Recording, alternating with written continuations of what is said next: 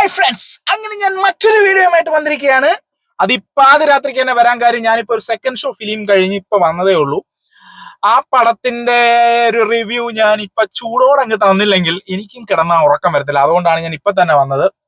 അത് മറ്റൊരു സിനിമയല്ല, നിങ്ങൾക്കറിയാം, ഇന്ന് റിലീസായ നമ്മുടെ ഉലക നായകൻ കമൽഹാസനും അതുപോലെ തന്നെ നമ്മുടെ മണിരത്നം ഡയറക്ടർ മണിരത്നവും അതുപോലെ നമ്മുടെ AR റഹ്മാനും കൂടെ ഒത്തുചേർന്ന ഇന്ന് റിലീസായ പുതിയ സിനിമ ദ തഗ് ലൈഫ്. പടം കണ്ടു, വളരെ അധികം കാര്യങ്ങൾ പറയാനുണ്ട്. അതിനെല്ലാം മുമ്പ് നിങ്ങൾക്ക് എന്റെ വീഡിയോസ് ഇഷ്ടപ്പെടുന്നുണ്ടെങ്കിൽ ദൈവത്തെ ഓർത്ത് ഒന്ന് ലൈക്ക് ചെയ്യുക, എന്നെ ഒന്ന് സപ്പോർട്ട് ചെയ്യുക. ഇനിയും ഇങ്ങനെയുള്ള വീഡിയോകൾ നിങ്ങൾക്ക് ലഭിക്കാൻ ബെൽ ബട്ടനോട് ഒന്ന് അമർത്തുക. ഓക്കെ, ഇനി ഞാൻ സിനിമയിലേക്ക് വരാം. സിനിമ അത്യാവശ്യം നല്ല ആൾക്കാരൊക്കെ ഉണ്ടായിരുന്നു തിയേറ്റർ നിറഞ്ഞാണ് ഇരുന്നത്. എന്ന് പറഞ്ഞ ഹൗസ്ഫുൾ അല്ല, ഏറെക്കുറെയൊക്കെ ആള് നിറഞ്ഞിരുന്നു.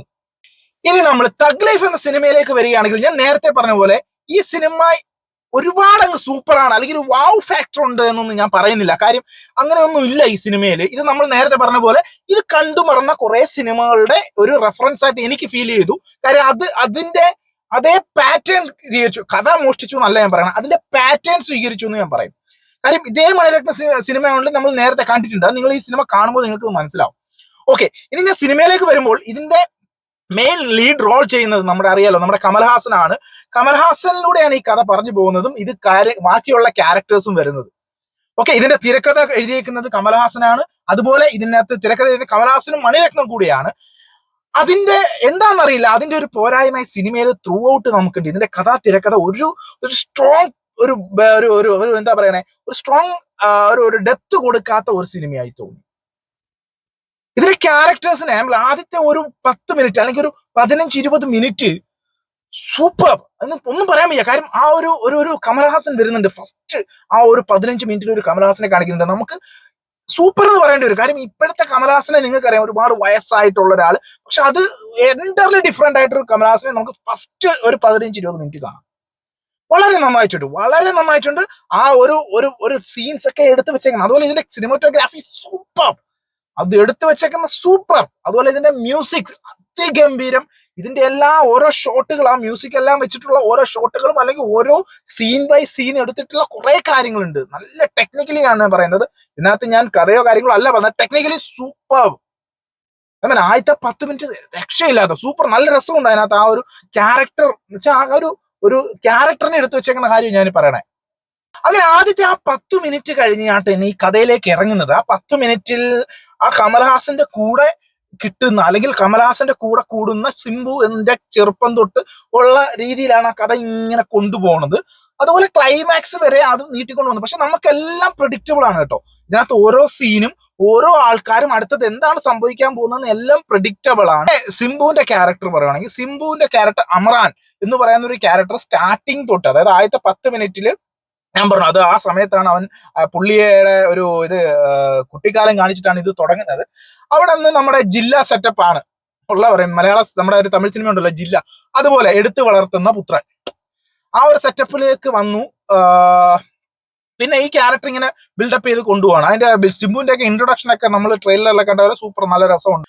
പിന്നെ ഒരു കേസ് എന്ന് പറഞ്ഞാൽ ഇതിനകത്തൊരു ലവ് സ്റ്റോറി, അതായത് നമുക്ക് ഈ മണിരത്ന സിനിമകളിൽ നമുക്കറിയാം എല്ലാത്തിലും നമുക്കൊരു റൊമാൻറ്റിക്, അതായത് ലവ് സ്റ്റോറി നല്ല രസമായിരിക്കും പുള്ളി ക്രിയേറ്റ് ചെയ്ത് വെക്കുന്നത്. പക്ഷെ ഇതിനകത്ത് എനിക്ക് ഒട്ടും ഇഷ്ടപ്പെട്ടില്ല കേട്ടാ. അതായത് അഭിരാമി, നമ്മുടെ കമൽഹാസൻ, അതുപോലെ നമ്മുടെ തൃഷ, ഈ 3 പേരും തമ്മിലുള്ള ഒരു ലവ് സ്റ്റോറി കാണിക്കുന്നുണ്ട്. അവിഹിതം എന്ന് പറയാം, അറിയാലോ. അത് കമൽഹാസന്റെ ഒരു പേഴ്സണൽ ക്യാരക്ടർ പോലെ എനിക്ക് തോന്നി. ആ രീതിയിൽ പുള്ളി എടുത്തു വെച്ചു. പക്ഷെ പുള്ളി ഗംഭീരമായിട്ട് അഭിനയിച്ചിട്ടുണ്ട്. അറിയാലോ, അതിന് പറയേണ്ട കാര്യമില്ല. അത് നമുക്ക് കമൽഹാസൻ ഏത് ക്യാരക്ടർ ഇട്ടാലും പുള്ളി ഗംഭീരമായിട്ട് അഭിനയിച്ച് തകർക്കും. സിംബുവിന്റെ ക്യാരക്ടർ അമറാൻ എന്ന് പറഞ്ഞിട്ട് പുള്ളിയുടെ വളർത്തു പുത്രനാണ്. അതും ഈ പറഞ്ഞ പോലെ അറിയാലോ, ഈ സിനിമ ഇപ്പൊ ഞാൻ പറയുമ്പോഴേ നിങ്ങൾക്ക് ഇതിന്റെ കഥയുടെ ഏകദേശം നിങ്ങൾക്ക് തന്നെ പ്രെഡിക്റ്റ് ചെയ്യാം. നമുക്ക് ഈ ഓൾറെഡി നമ്മൾ ട്രെയിലറിനകത്തൊക്കെ ഇതിനകത്ത് ഓൾറെഡി പ്രെഡിക്റ്റ് ചെയ്ത സാധനങ്ങൾ തന്നെയാണ് ഈ സിനിമ.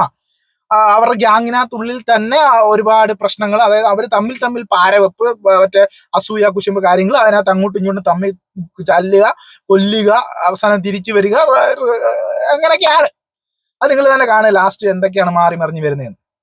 പിന്നെ ഇതിനകത്തൊരു ഹിന്ദി, എനിക്കറിയില്ല ആ ഹിന്ദി നടന്ന എന്തിനാ കൊണ്ടുവന്നത്, ഒരു കാര്യമില്ല കേട്ടോ.